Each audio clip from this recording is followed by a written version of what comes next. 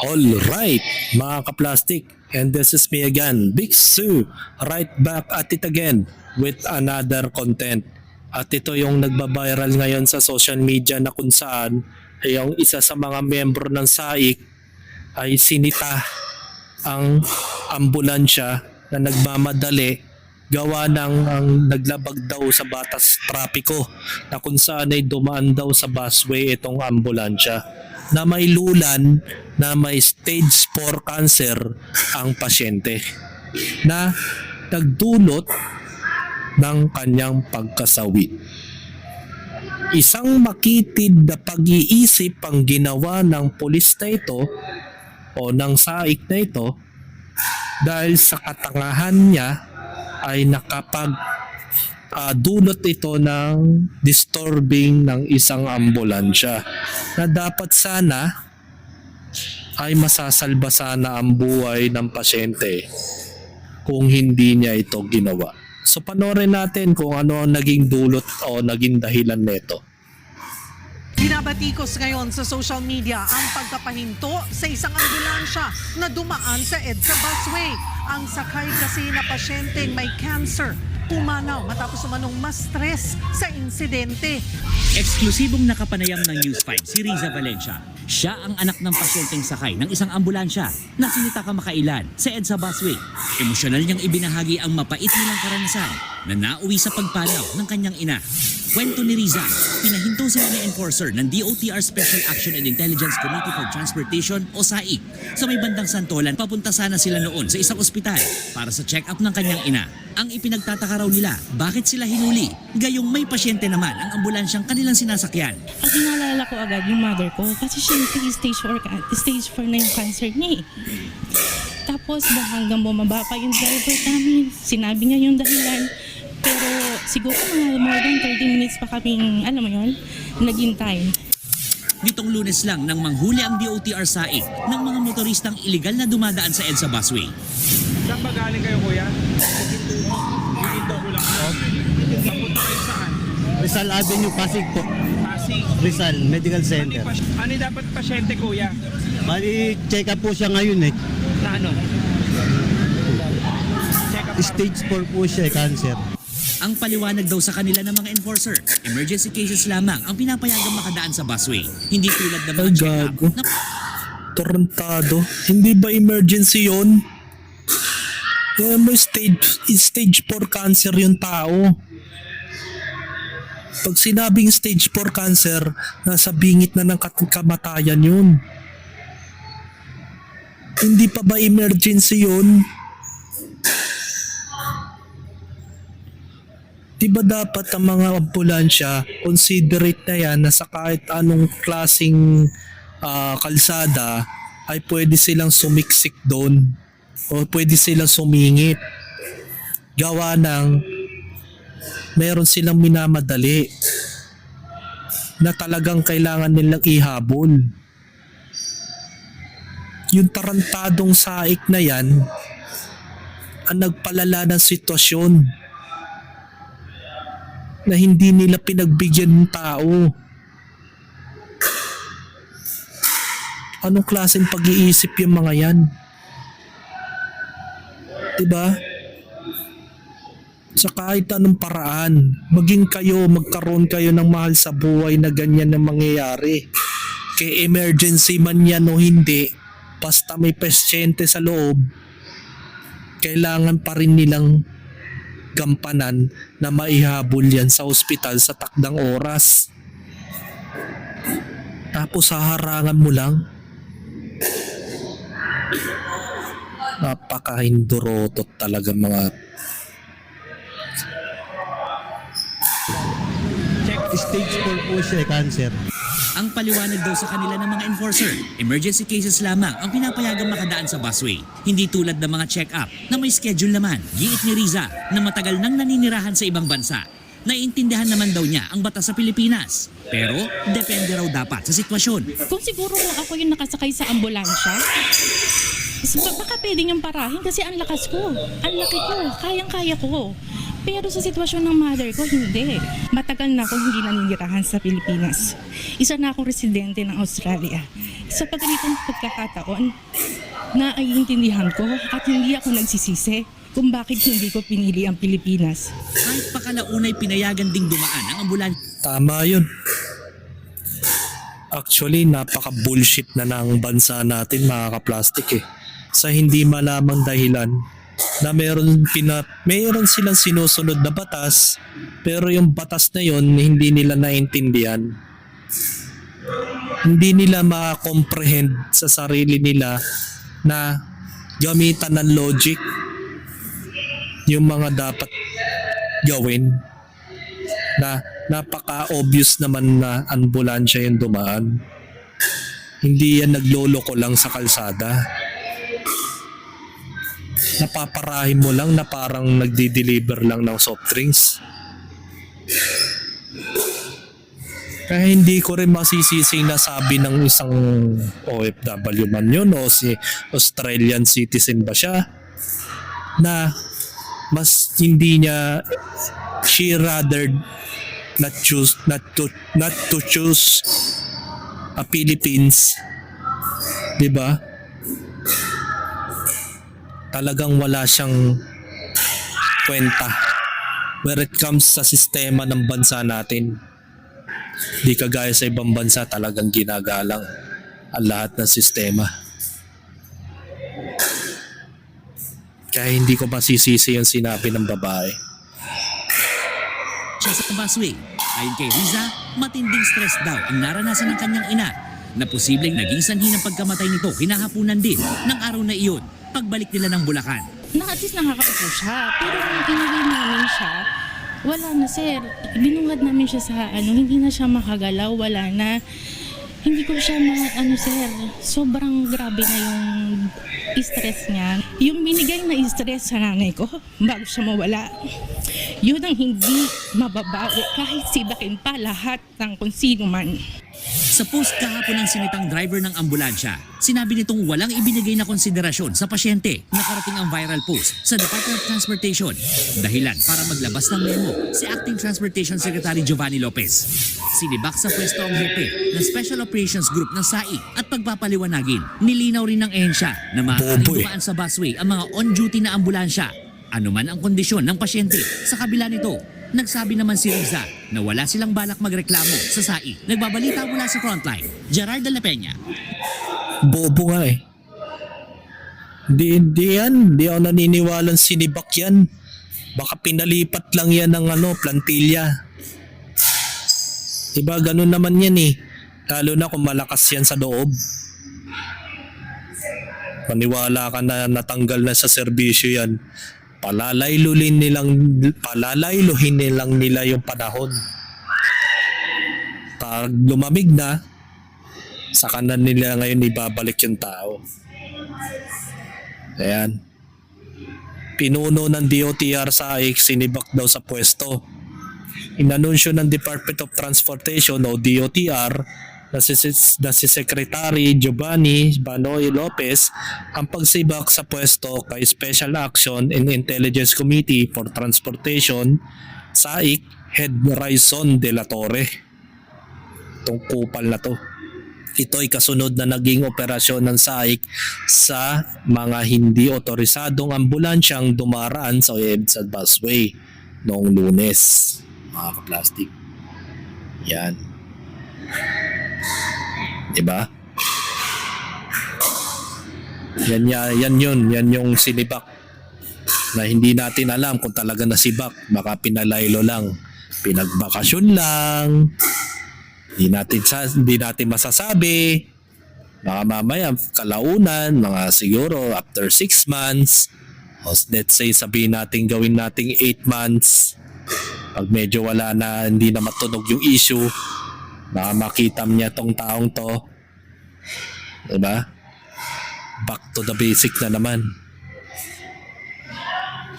diba? At ito yung pananaw ni ate. Ayan. Her mother passed away later the same day. Isang ambulansya na may sakay na stage 4 cancer patient ang pinahinto sa EDSA busway. Isang insidente na agad nag-viral at nagdulot ng matinding reaksyon online. Nilinaw ng mga otoridad na ang EDSA busway ay para lamang sa lehitimong emergency cases at hindi maaaring gamitin para sa non-emergency trips tulad ng scheduled medical check-up. So ibig sabihin, hindi pala emergency yung check-up. Ganun ba kababaw ang utak ng mga Pilipino? May sakit yung tao, stage 4 cancer, hindi pa yun emergency, non-emergency pa rin yun. Dahil dito sinibakan DOTR ang hepe ng SAIC Special Operation dahil sa pagpapahinto ng ambulansyang dumaan sa EDSA busway. Sinabi ng DOTR chief na lahat ng ambulansyang naka-duty, anuman ang kondisyon ng pasyente ay pinapayagang gumamit ng EDSA busway. Diba? Dapat naman talaga ganun. Sa parehong araw pumanaw ang pasyente ayon sa kanyang pamilya. Malaki ang naging epekto ng insidente sa kanyang kondisyon, lalo't mahina na ang kanyang katawan dahil sa late stage cancer. Ibinahagi ng anak ng pasyente ang kanyang pinagdadaanan habang pinapahinto sila. Anya, ang unang pumasok sa isip niya ay ang kalagayan ng kanyang ina. Habang nagpapaliwanag pa umano ang driver. Inatay ang halos 30 minuto silang naghintay. Aminado ang anak na kung siya ay nasa sitwasyon ay kaya niyang tiisin ang abala. Pero para sa kanyang ina ay na nasa critical na kondisyon, ibang usapan na yun. Dagdag pa niya, matagal na siyang residente ng Australia. At sa mga ganitong pangyayari, mas naiintindihan daw niya ang kanyang desisyon na hindi na manirahan sa Pilipinas. Sa huli, sinabi rin ng anak na kahit may managot, hindi na raw mababawi ang stress na dinanas ng kanyang ina bago ito tuloy ang pumanaw. Pumanaw ang kanyang ina makalipas ang ilang oras sa araw na yun. Diba?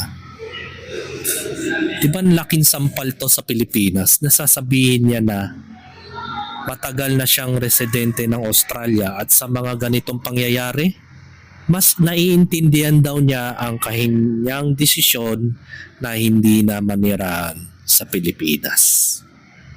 In short, sobrang napaka-bullshit na sistema dito sa Pilipinas. Na para bagang sila ay parang walang kwenta mag-isip, napakaliit ng utak ng SAIC na yun, na alam niya sa sarili niya mga ka-plastic na emergency yun. Tapos sasabihin niya non-emergency daw yun. At ito yung panayam ni ma'am, yung anak ng pasyente. Siyempre, puyat kami, maaga kaming umalis. Kasi siyempre, kailangan namin maaga dun sa pila. So pagkulat ng mata ko, nakita ko ang dami na nakatutok sa amin na camera, mga video. Sabi ko, ano nangyayari? Ang inaalala ko agad yung mother ko. Kasi syempre, stage 4 na yung cancer niya eh. Tapos hanggang bumaba pa yung driver namin, sinabi niya yung dahilan. Pero siguro mga more than 30 minutes pa kaming, alam mo yun, naghintay. Sa pasyenteng may stage 4 cancer, 1 minuto ay mahalaga. Tama.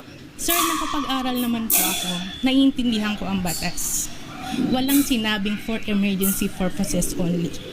Ang nakalagay wala po naman. sa 3.2 ng batas, lahat ng on-duty na gamit ay ambulance ay pwede sa bus lane. Tama po ba ako?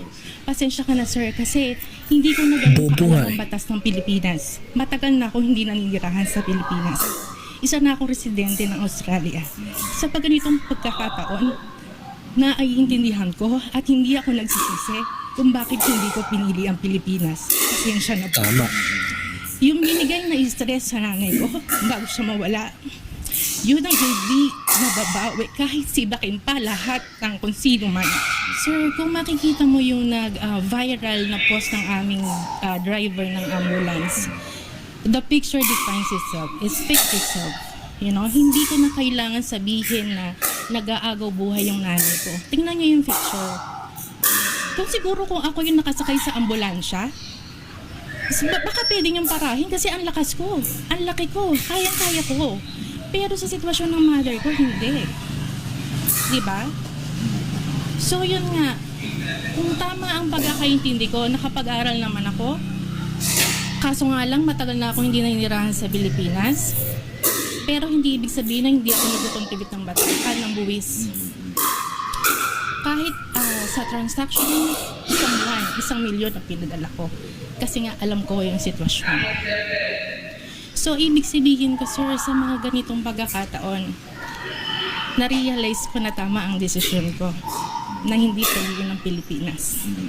Mahal ko ang Pilipinas, pero hindi ko siya pinili. I-stress na siya. Opo, ano po yung stress na naranasan? Binungad na po namin lahat. Binungad namin siya sa hindi na siya makagalaw, wala na. Wait. About dun sa sinabi niyang mahal niya ang Pilipinas pero hindi niya pinili ang Pilipinas. In the way sa sistema ng bullshit na gobyerno, ng bullshit na otoridad, ng bullshit ng ahensya ng gobyerno dito sa Pilipinas. Gano'n naman talaga ang nangyayari. Even sa mga public hospital, madalas mas binibigyan nila ng importansya ang mga pasyenteng mayroong pera kaysa sa mga walang pera. Kapag alam nilang wala kang maibubugang deposito, anong ginagawa ng mga nurse, doktor? Iisnaban ka lang.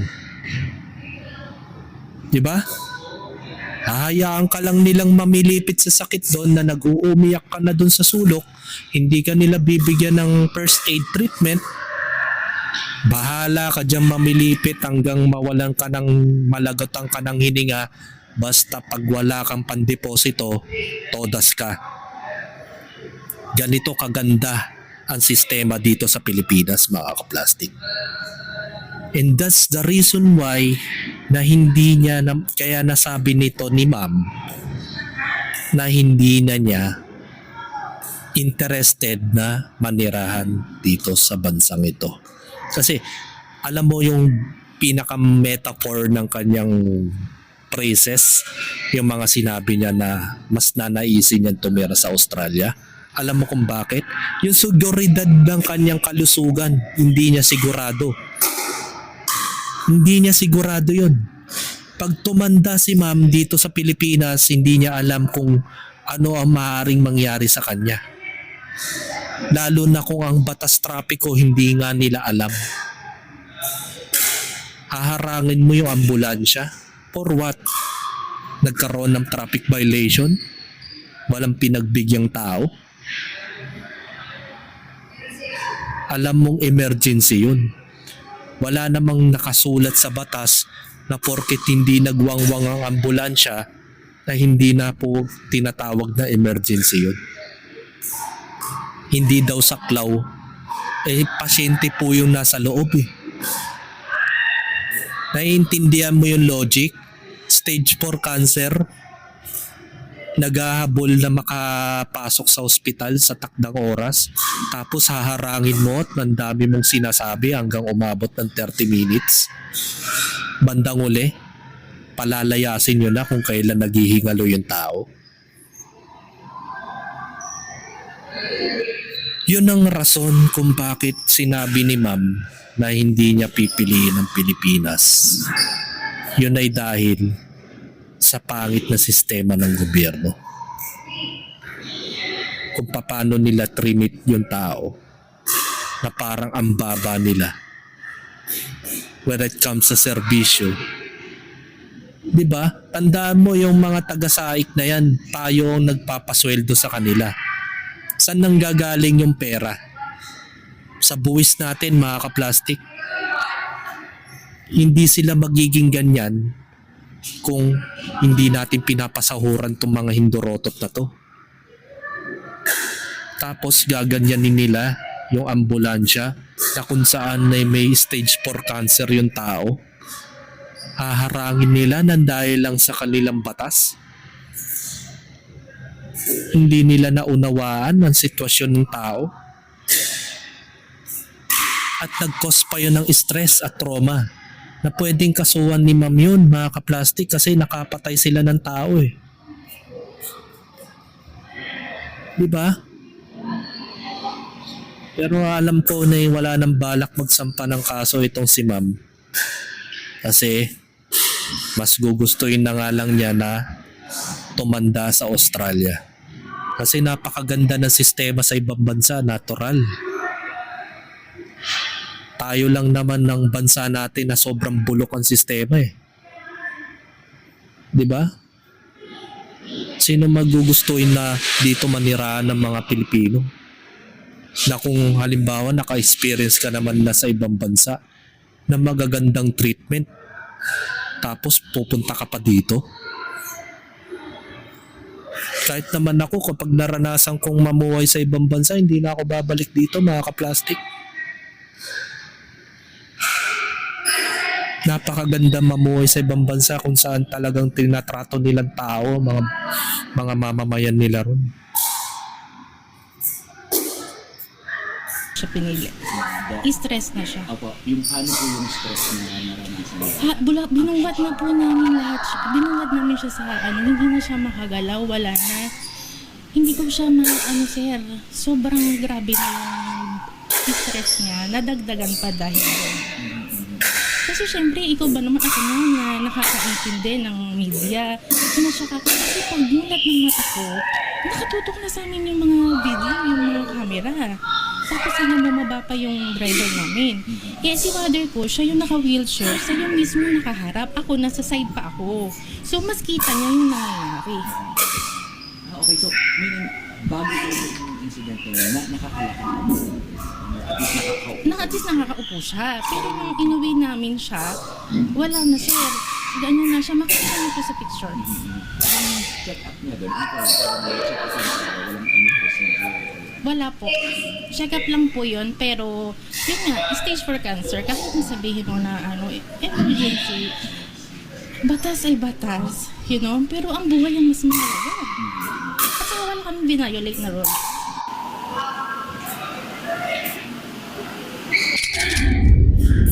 Di na nahiya mga Pilipino, no? Di na nahiya ang yung saik. Sikat na sila ngayon. Hindi ka ba nahihiya? Nang dahil dyan, nakapatay kayo ng tao.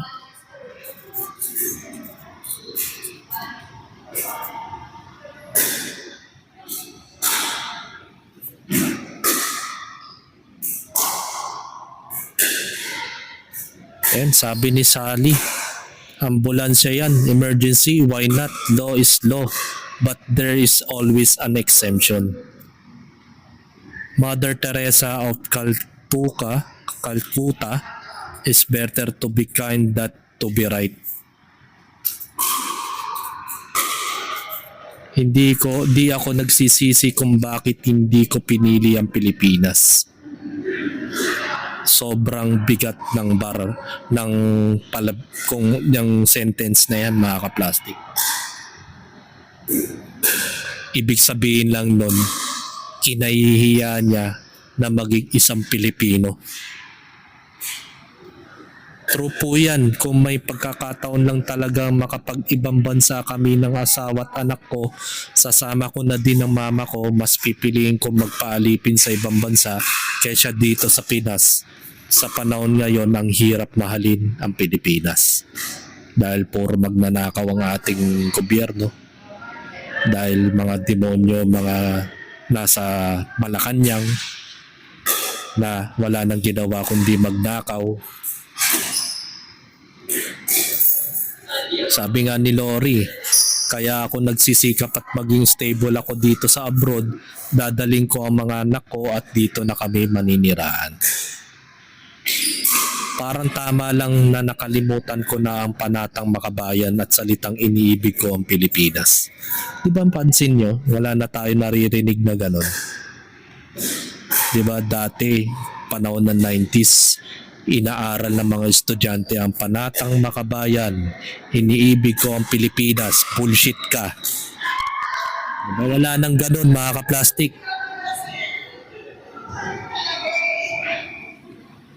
Ikaw ba naman ay magkaroon ng bandang puno ang buhaya? Masakit pero totoo. Ako hindi ako nasasaktan mga kaplastik. Proud pa nga akong sinabi ni ma'am yun eh. Kung tutusin. So yun. The moral lesson is mga kaplastik na kailangan nating itatak sa utak natin na hanggat demonyo ang nasa gobyerno o nagpapalakad sa ating gobyerno ay wag na nating mahalin ng Pilipinas. Wag na nating piliin ng Pilipinas. Alam mo kung bakit? Wala eh. Nakikita mo naman ang sitwasyon natin, di ba? Kung gaano ka bullshit ang paraan nila, mga kaplastik. Kung paano sila magpalakad sa mga taong bayan, kung paano harap-harapan tayo ninanakawan ng mga gobyerno na lantad na mga ebidensya pero wala pa rin nakukulong na elite na tao. Talagang niloloko na lang tayo ng gobyerno mga kaplastik. At then and that's the reason why kung bakit di ako rehistrado na bilang botante dito sa Pilipinas dahil wala naman tayong boboto eh. Mga kaplastik eh, pare-pareho lang naman silang lahat. Diba? Mga pare-pareho lang din budol. Parang ganito na lang eh. Nabubuhay na lang tayo naaayon sa ating pangangailangan sa buhay. Hindi tayo nabubuhay para sa gobyerno o para sa mga oligarkong tao. Nabubuhay tayo para makasurvive, para sa sarili natin. Hindi na para sa minamahal nating bansa o para sa alinsunod sa kanilang pamamalakad. Naintindihan nyo mga kaplastik? Yun ang karamihan sa mga tao ngayon eh. And that's the reason why maraming lumalabag sa trapiko, maraming gumagawa ng illegal fixer sa LTO, ang daming gumagawa ng mga illegal vendors, mga illegal parking, at kung ano-ano pa, mga kung ano-anong illegal na aktibidades ng mga ordinaryong tao, yun ay dahil hindi rin patas ang mga pamamalakad ng gobyerno sa taas. Especially sa Malacanang. Yun ang pinapakita nila, ganun din ang gagawin ng mga maliliit na tao. Kung gumagawa kayo ng illegal, hindi gawin na nating illegal ang buhay natin. Parang ganun yun eh. And that's the reason why hindi gumaganda ang Pilipinas kasi ang mga pumapalit ay ganun din. Mga dorobo rin, magnanakaw rin, mga nagpo-coke. Diba? Wala na. Finish na ang Pilipinas. At ang balita ko, tatakbo yata si Romualdez. Kaya napakatalino ng mga Pilipino. Siyempre, iboboto nila si Romualdez. Iboboto nila si Hontiveros. So, di boto nyo. Diba? Yan ang gusto ninyo. Maghirap ang Pilipinas. Di boto nyo yung mga gusto nyo. Basta ako, nabubuhay ako sa Pilipinas ayon sa aking kagustuhan at hindi para mahalin ng Pilipinas o piliin ng Pilipinas. Nuggets nyo, mga kaplastik? So hanggang dito na lang ang aking opinion, and this is me again, Big Sir. Lagi nagsasabing ang mga plastik ay matagal mabulok dahil ang mga plastik ay toxic. Kaya, what's up mga kaplastik? And this is Gambid commentary video ng video live stream. Signing out. Alright. Mga kaplastik, kung nagustuhan nyo ang aking video, isubscribe nyo lang ang aking channel. At the same time, i-hit nyo rin ang notification bell at yung all para ma-notify kayo sa aking susunod ko pang video sa aking YouTube channel. Maraming salamat po mga kaplastik.